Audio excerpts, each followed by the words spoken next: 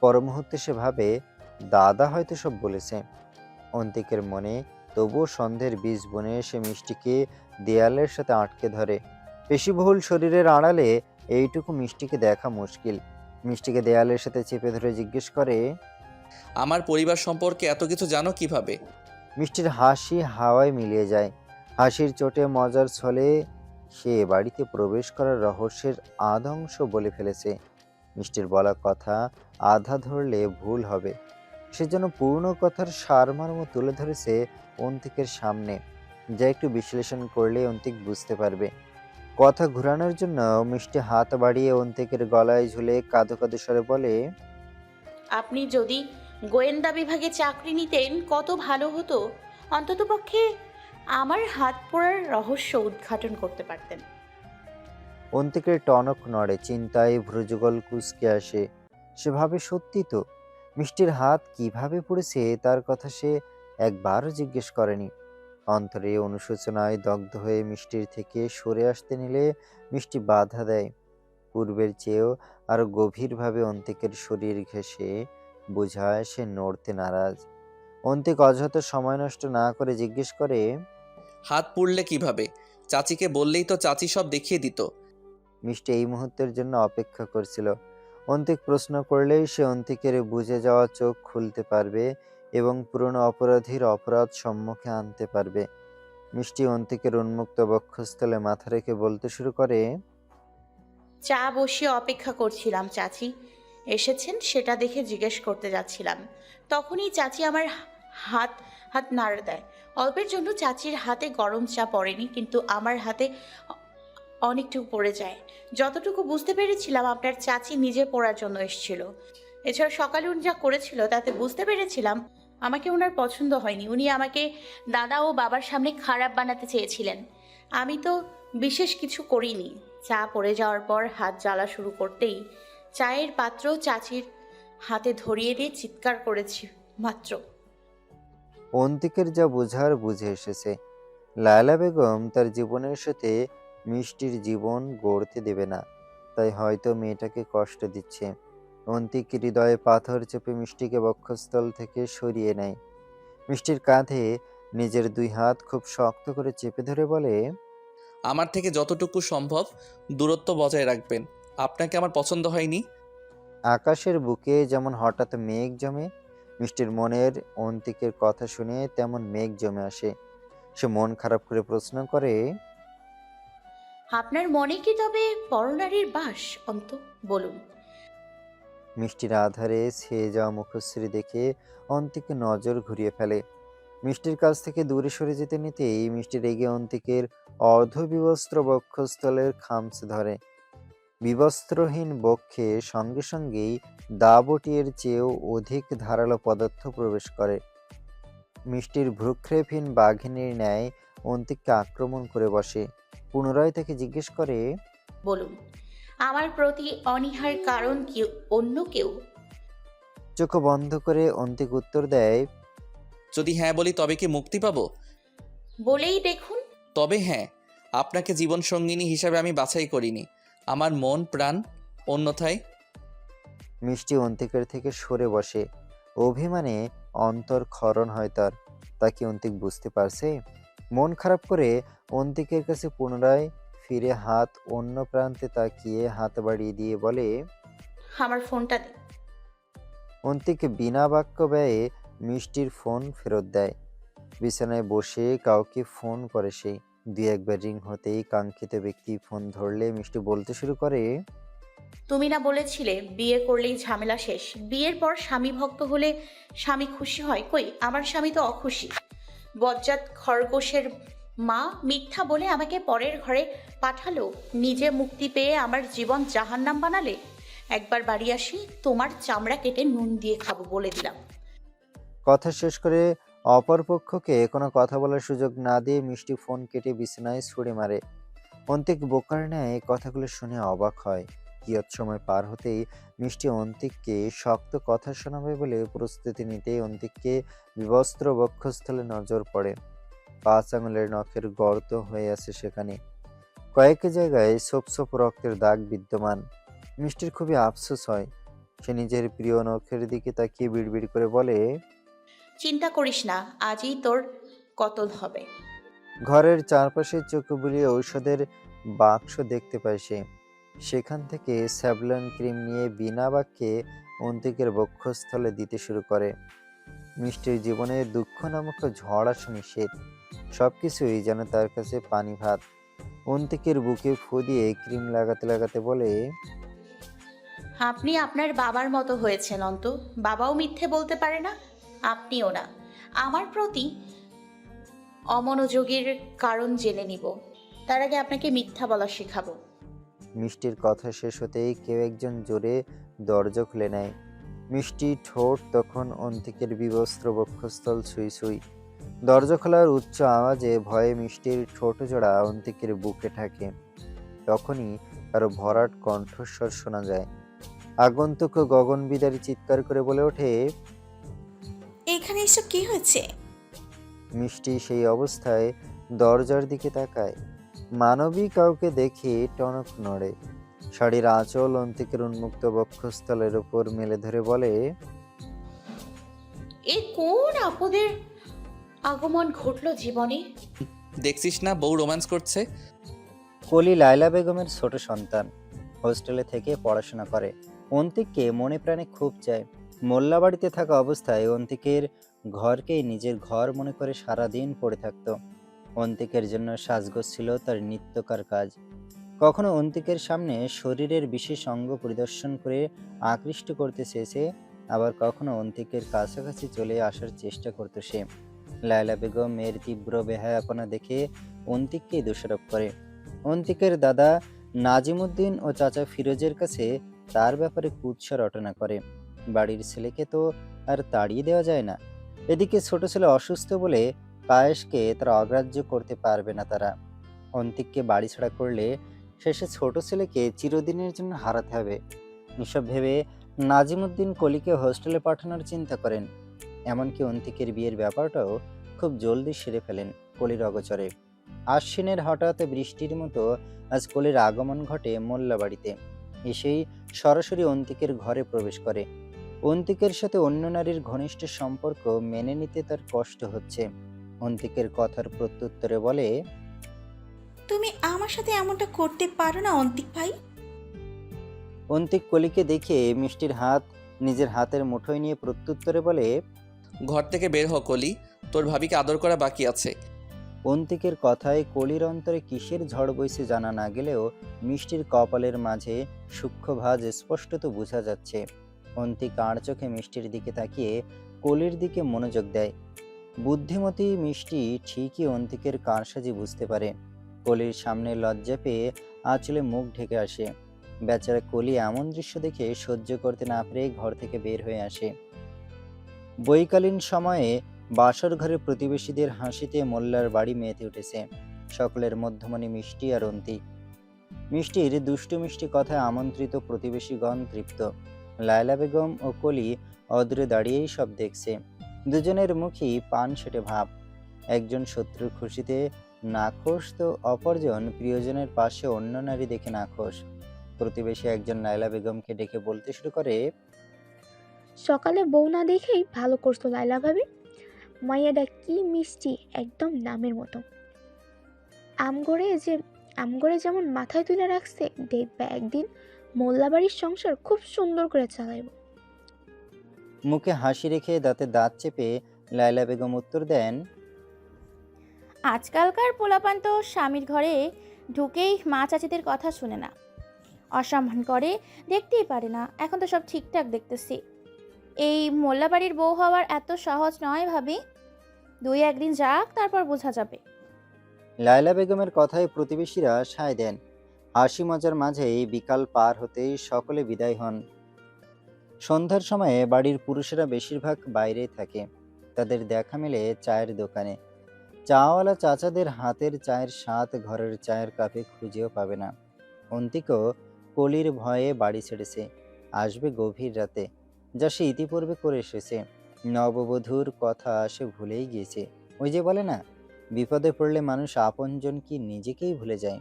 বাড়িতে দুইজন নারী মিলে মিষ্টির সাথে কি কি করতে পারে তার সবার কল্পনার বাইরে। সন্ধ্যার আলো জ্বালাতে মিষ্টির নিচে নামে।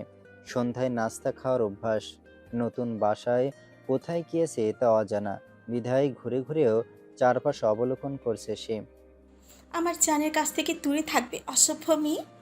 কলি বসার ঘরের আগে ফুসফুস করছিল। মিষ্টিকে দেখতে পেয়ে চিৎকার করে ওঠে।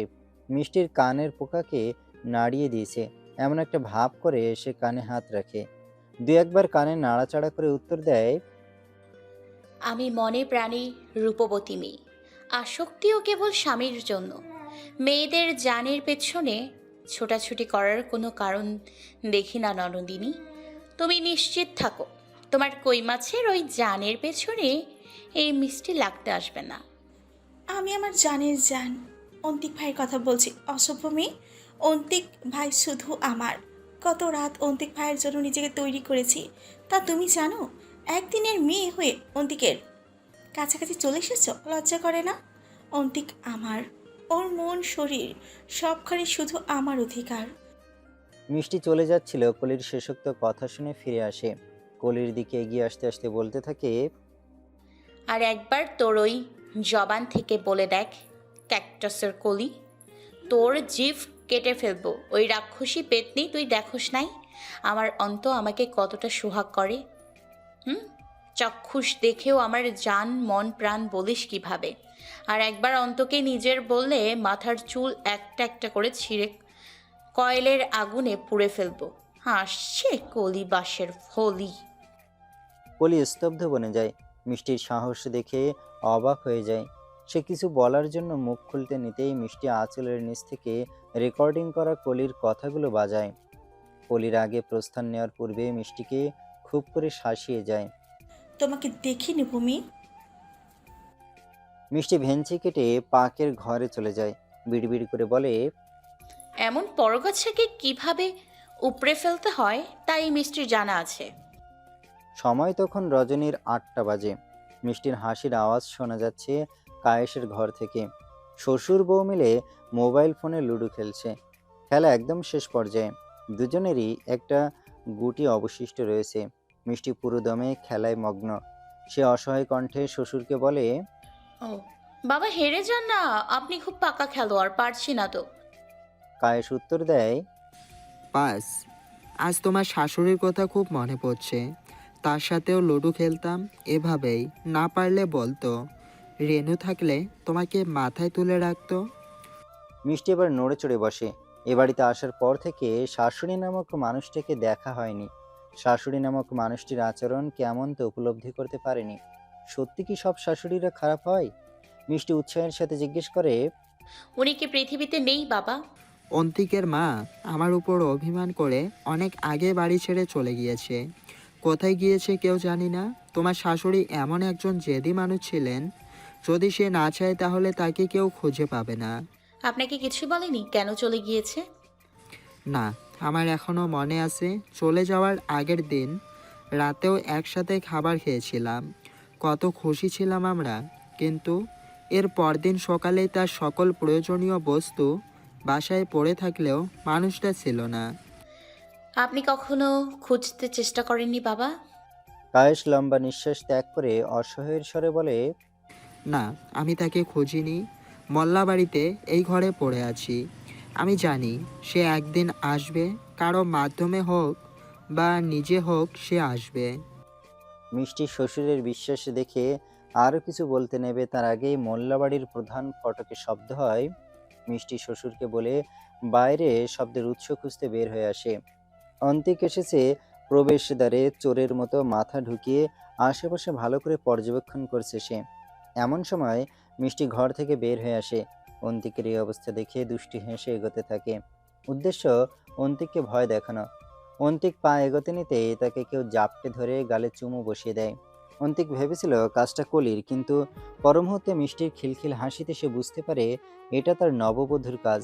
মিষ্টি হেসে বলে, ভিটামিন এ পেতে কেমন লাগে অন্ত? অন্ত স্তব্ধ, সাথে চমকায়িত। কথা বলার ভাষা হারিয়ে ফেলেছে যেন। সে ভাবছে এই মেয়ের লজ্জা শরমের বালা নেই নাকি? ঘরের কাজ বাইরেও কিভাবে করে যাচ্ছে সে। ভদ্র অন্তিক মিষ্টির সান্নিধ্যে এসে নিজের সত্তাকে হারিয়ে ফেলে। মিষ্টির মিষ্টি হাসির মায়ায় পড়ে বাঁকা হেসে মিষ্টির দিকে ঠোঁট এগোয়। লজ্জায় আড়ষ্টতায় মিষ্টি নুয়ে যায়।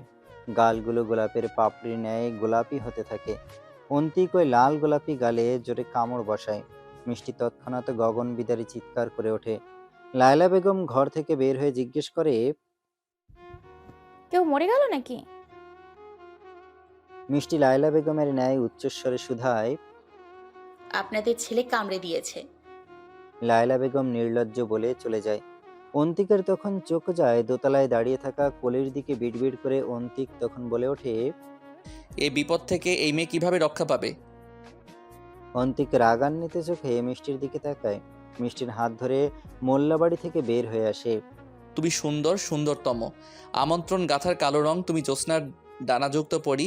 আমার হৃদয়ে কালবৈশাখী ঝড়ের উদ্রেক শুধুই তুমি। আমার আন্ধার ঘরের আলোর প্রদীপ তুমি। শুনো মেয়ে, তুমি অল্প অল্প করে তোমার করে ফেলেছ, তা কি জানো তুমি?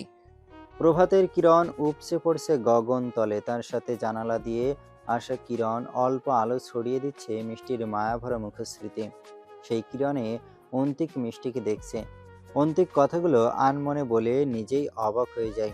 মিষ্টির থেকে চোখ সরিয়ে সোজা হয়ে শুয়ে মাথার উপরে ঘুরতে থাকা ঘুরন্ত পাখার দিকে দৃষ্টি ফেলে। অনিশ্চিত জীবনে মেয়েটাকে এনে সে ভুল করেছে, মহাভুল। মেয়েটা তাকে মায়ায় ফেলে দিচ্ছে। অন্তিক মাথা বাঁকা করে আবারও মিষ্টির দিকে তাকায়। মেয়েটার ঘুমের অবস্থা খুবই খারাপ। এই যে বর্তমানে ঠোঁট উল্টে অন্তিকের ওপর শরীরের অর্ধাংশ ছড়িয়ে আরামে ঘুমোচ্ছে। মিষ্টি কি জানে অন্তিকের এখন খুব কঠিন কাজ করতে ইচ্ছে করছে? একজন মেয়ের সামনে নিজের পুরুষত্ব সংবরণ করা খুব কষ্টের। তার উপর মিষ্টি তার বিয়ে করা বধূ। মিষ্টির চালচলন অন্তিককে বোঝাচ্ছে যে সেও তার মতো অন্তিককে ঠিক কতটা চায়। কিন্তু অন্তিক তো অপারগ। সে চাইলেও মিষ্টি কি অন্য কোনো মেয়েকেই আপন করতে পারবে না? অন্তিকের সত্য জানলে মিষ্টির কাছে সে সারা জীবনের জন্য অপরাধী হয়ে যাবে, যা অন্তিক সহ্য করতে পারবে না। ঘড়ির কাঁটা 7টা ছুঁই ছুঁই। অন্তিকের অফিস 8টায়। গতকাল যেভাবে চলে এসেছিল, তারপরে তার চাকরি আছে কি নেই তার ব্যাপারে সন্দিহান অন্তিক। নানান ভাবনায় অন্তিকের চোখের কোণে জল চলে এসেছে। সে নিজেও টের পায়নি। কারো গরম নরম হাতের স্পর্শে অন্তিকের শরীর শিরশির করে ওঠে। অন্তিক জানে স্পর্শটা তার নববধূর। আবেশে অন্তিক চোখ বন্ধ করে নেয়। পর মুহূর্তে তার কানে কিছু জাদুময়ী কথা ভেসে আসে। মিষ্টি প্রভাতে মিষ্টির আদরে সুন্দর হোক আপনার সকাল।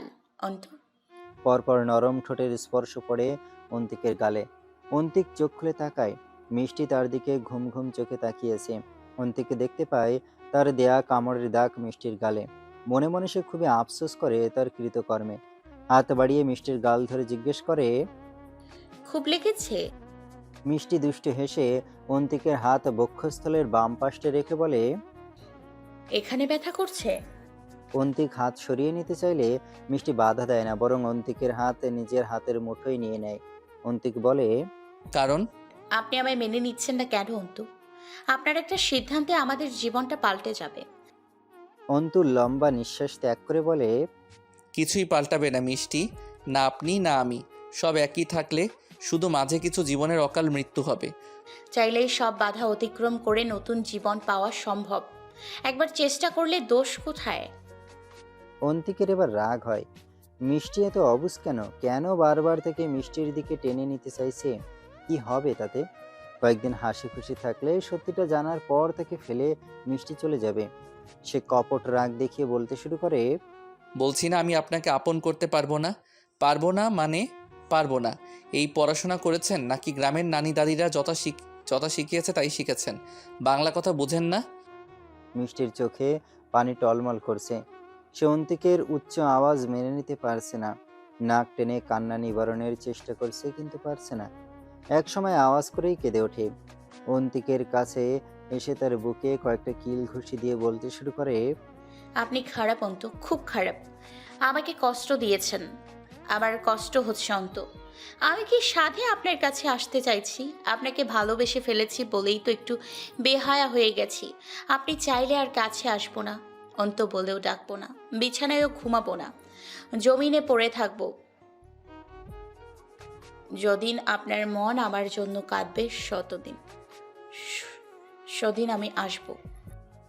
মিষ্টির মুখের অন্তু সম্বোধনটা অন্তিকের প্রিয় হয়ে গেছে।